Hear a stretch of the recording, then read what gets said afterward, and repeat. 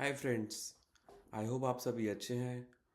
आज हम अपनी यूट्यूब अमेरिकन सीरीज़ में आज एक और टॉपिक लेकर आ रहे हैं जिसमें हम बात करेंगे कि यूएस में आने के बाद किन किन प्रॉब्लम्स का किन किन ट्रबल्स का आपको सामना करना पड़ सकता है।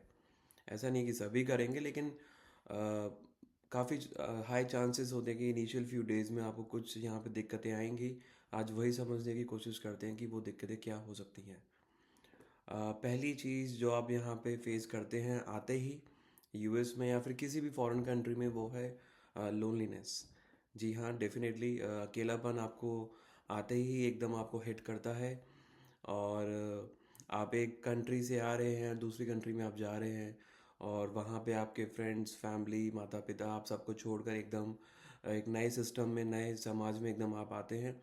तो लोनलीनेस डेफिनेटली आपको हिट करता है, स्पेशली स्टार्टिंग के फ्यू डेज़ में। धीरे धीरे ये फीलिंग थोड़ी सप्रेस हो जाती है जैसे जैसे आप यहाँ पे टाइम स्पेंड करना शुरू करते हैं। लेकिन इनिशियल कुछ दिनों में ये चीज़ आपको तकलीफ़ थोड़ी सी दे सकती है। मुझे दी थी। बहुत सारे लोगों को मैंने देखा है जो उनको अकेलापन स्टार्टिंग में काफ़ी ज़्यादा फील होता है, बट धीरे धीरे things will start following in to the places. Hold on to this feeling. ऐसा नहीं है कि आपको this is a very common thing, right? अगर आप अपना घर छोड़ के भी कहीं और दूसरे शहर में जाते हैं तो थोड़ा टाइम आपको लगता है वहाँ पे सेट होने में, राइट?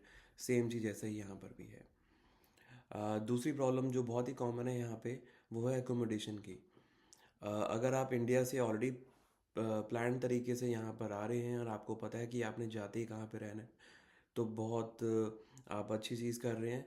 लेकिन कई बार क्या होता है कि आपके पास अकोमोडेशन तो होता है, लेकिन वो परमानेंट नहीं होता। ये स्पेशली उन लोगों के लिए है जो लोग जॉब के थ्रू यहाँ पर आते हैं। जॉब के थ्रू यहाँ पर आते हैं तो कंपनी, जो उनका एम्प्लॉयर है, वो आपके लिए 3 या 4 हफ्ते के लिए आपको होटल बुक करके देगा।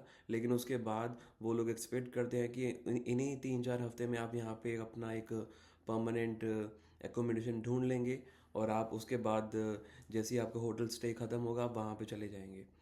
तो आपको आते ही यहाँ पे 3 से 4 हफ्ते के बीच में आपको अपना एकोमोडेशन ढूंढना होता है। तो कई बार थोड़ा सा वो चैलेंजिंग हो जाता है, क्योंकि आपका नया, आप यहाँ पर अभी अभी आए हैं। बहुत सारे आप लोगों को यहाँ पे जानते नहीं हैं। तो कहाँ पे अच्छे अपार्टमेंट मिलते हैं, कहाँ पे रीज़नेबल अपार्टमेंट मिलते हैं, कौन सा सेफ़ एरिया है, कौन सा अनसेफ एरिया है, कई बार आपको आते ही इन सारी चीज़ों की इन्फॉर्मेशन नहीं होती है। तो थोड़ा सा वो चैलेंजिंग हो सकता है। और साथ ही में आपके पास उस टाइम कोई ट्रांसपोर्टेशन व्हीकल भी नहीं होता, राइट? अगर आपको ये यूएस की ऐसी सिटी में आए हैं जहाँ पे ट्रांसपोर्ट अच्छा नहीं है, पब्लिक ट्रांसपोर्ट अच्छा नहीं है, तो commute can be a problem. और ऐसा नहीं है कि यूएस की सारी सिटीज़ में पब्लिक ट्रांसपोर्ट अच्छा है, ऐसा बिल्कुल भी नहीं है।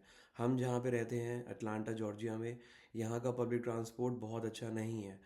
अच्छा है, लेकिन एक सेक्शन ऑफ सिटी में अच्छा है। एक छोटा सा दायरा है जहाँ पे इनकी मेट्रो टाइप कुछ चलती है। लेकिन जो, अगर आप पूरी मेट्रो अटलांटा की बात करेंगे, सबर्ब्स की आप बात करेंगे, वहाँ पे इनका पब्लिक ट्रांसपोर्ट बिल्कुल भी अच्छा नहीं है। तो अगर आप ऐसी सिटी में हैं तो कम्यूट आपके लिए चैलेंजिंग हो सकता है, जब तक आप एक गाड़ी या फिर कोई व्हीकल आप खरीद नहीं लेते। अगली प्रॉब्लम इसी पे मैं बात करने वाला था, commute can be little challenging. क्योंकि आते ही आपको ग्रॉसरी चाहिए, आते ही आपको कुछ अपने बैंक्स के काम करने हैं, आते ही आपको यहाँ पे एसएसएन अप्लाई करना है। तो इन सब के लिए आपको पता होना चाहिए कि कहाँ पे जाना है, कैसे जाना है। ऑफ कोर्स अगर आपके पास गाड़ी नहीं है तो आप बिल्कुल कैब करके जा सकते हैं, कोई आपका फ्रेंड आपकी हेल्प कर सकता है। लेकिन दोनों ऑप्शंस में आप किसी पे डिपेंडेंट है। अगर फ्रेंड आपका वर्किंग है, आई एम श्योर, तो वो ऑफिस से आएगा, वो आपको फिर लेके जाएगा ग्रॉसरी के लिए, या फिर आपके एसएसएन के लिए, या फिर आपके किसी और काम के लिए, बैंक के काम के लिए। और या फिर आप कैब करिए। कैब थोड़ी सी यहाँ पे एक्सपेंसिव है, जैसा कि इंडिया में भी हो गई हैं। और उनके रेट्स भी चेंज होते रहते हैं। अगर आप मॉर्निंग में आपने जाना है, जो बहुत ही पीक आवर्स है, तो उस टाइम वो लोग ज़्यादा आपसे चार्ज करेंगे। अगर आप थोड़े ऑफ आवर्स में जा रहे हैं तो थोड़े से एक्सपेंसेस कम होंगे। एक और चीज़ है जो यहाँ पे आती काफ़ी लोग फेस करते हैं, वो है खाने की प्रॉब्लम। अगर आप इंडिया से आ रहे हैं तो थोड़ी सी कोशिश करेगा कि थोड़ी सी बेसिक कुकिंग आप सीख कर रहे हैं।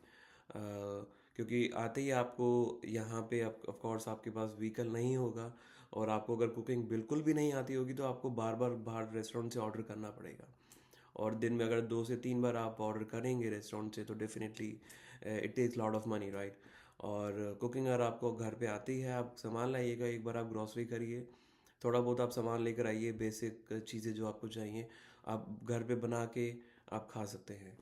तो कुकिंग का इशू ऐसा है कि कई लोगों को आता है, कई लोगों को नहीं आता है। जिनको कुकिंग आती है वो लोग बहुत ही इजीली सस्टेन कर जाते हैं, जिनको नहीं आती है डेफिनेटली उनको बहुत ही स्ट्रगल करना पड़ता है स्टार्टिंग में, यहाँ पे स्पेशली। तीसरी चीज़ जो मैं बताऊंगा कि वेदर डेफिनेटली आते ही कहीं वो डिपेंड करता है कि आप कौन से मंथ में आप यूएस ट्रेवल कर रहे हैं। अगर आप विंटर्स में यूएस ट्रेवल कर रहे हैं और स्पेशली आप इंडिया के ऐसे पार्ट से आते हैं जहाँ पे विंटर्स बहुत हार्श नहीं होती है, तो कम प्रिपेयर, क्योंकि यूएस में विंटर्स बहुत ही हार्श होती हैं। स्पेशली अगर आप नॉर्दर्न साइड आ रहे हैं, नॉर्दर्न या ईस्टर्न साइड ऑफ यूएस आ रहे हैं, तो यहाँ पे सर्दी बहुत ही तेज़ पड़ती है। तो मेक श्योर कि आपके पास एक अच्छी जैकेट हो, अच्छे क्लोथ्स हो जो यहाँ पे ठंड रोक सके। इंडिया की जो जैकेट्स होती हैं वो कई बार यहाँ पे इतना काम नहीं करती हैं, क्योंकि यहाँ पे ठंड काफ़ी ज़्यादा इंडिया से पड़ती है। तो थोड़ा सा कोशिश करेगी कि आप वेल प्रिपेयर्ड होकर आएँ। तो ये सारी एक बेसिक चीज़ें हैं जो जो ऐसी इश्यूज़ हैं जो आप कई बार फेस करते हैं यूएस आने के बाद। ऐसा नहीं है कि सभी करते हैं, क्योंकि अगर आपका यहाँ पे इकोसिस्टम है, आपके कुछ फ्रेंड्स हैं, आपके कुछ फैमिली मेम्बर्स हैं, तो वो आपकी हेल्प कर सकते हैं और बहुत सारे इश्यूज़ आपके दूर हो जाते हैं। लेकिन जो भी बच्चे इंडिया से पढ़ने यहाँ पर आते हैं तो चांसेस ऐसे होते हैं कि बहुत ही कम उनके यहाँ पर रिलेटिव्स या फ्रेंड्स होते हैं, तो उनको स्टार्टिंग में एक रफ पैच के थ्रू गुजरना पड़ता है। लेकिन स्टार्टिंग में ये कुछ प्रॉब्लम्स होती हैं, लेकिन बाद में धीरे धीरे वो सब ठीक हो जाता है। तो बने रहिएगा, नेक्स्ट वीडियो में हम एक और अपने टॉपिक के साथ आएंगे। मैं कोशिश करूँगा अपने एक मैं फ्रेंड को लेकर आऊँ जो रिसेंटली यूएस आया था, जिसने यहाँ से एमएस करी है। उससे हम बात करेंगे कि उसने कौन से इश्यूज़ यहाँ पे फेस करे थे, क्या क्या चैलेंजेस उसके सामने आए थे, और कैसे उसने उन सब के थ्रू नेविगेट करा।